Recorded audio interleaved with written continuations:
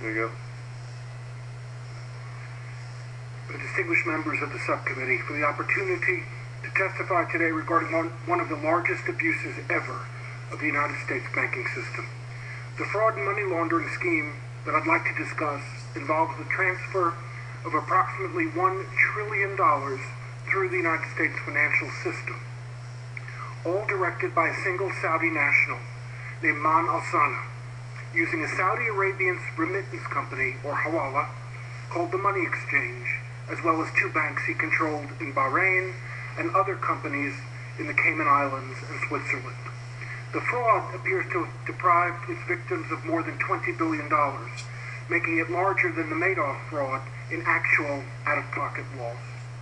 Yet there were no questions asked, not by banks, not by regulators, not by prosecutors, until the whole scheme collapsed.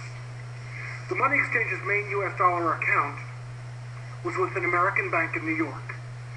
Now, the Money Exchange was a small company with a transactional volume for its remittance companies of around $60 million per year in total.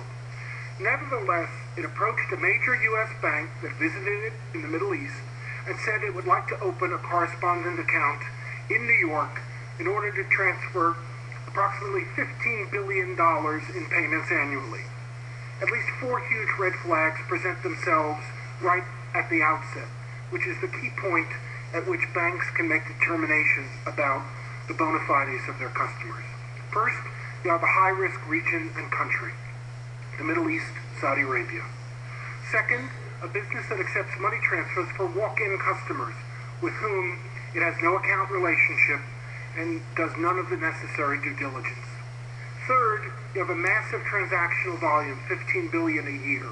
And fourth, you have a volume of transactions which is entirely disproportionate to the customer's ostensible business. Now, one would expect a searching interrogation of this customer. That's what the Know Your Customer rules require. There should be a careful evaluation of the intended use of the account, the source, destination, and business purpose of the funds flowing through. And because the prospective customer is itself a financial institution, there must be a thorough investigation of that institution's anti-money laundering and Know Your Customer policies.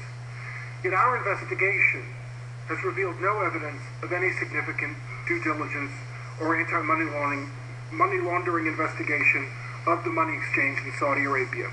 The two Bahraini banks, Awal Bank and the International Banking Corporation, had no legitimate customers.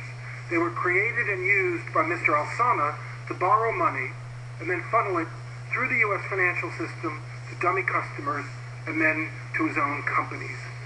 So if the core is to know your customers' customers, here you have two large banks that had no customers.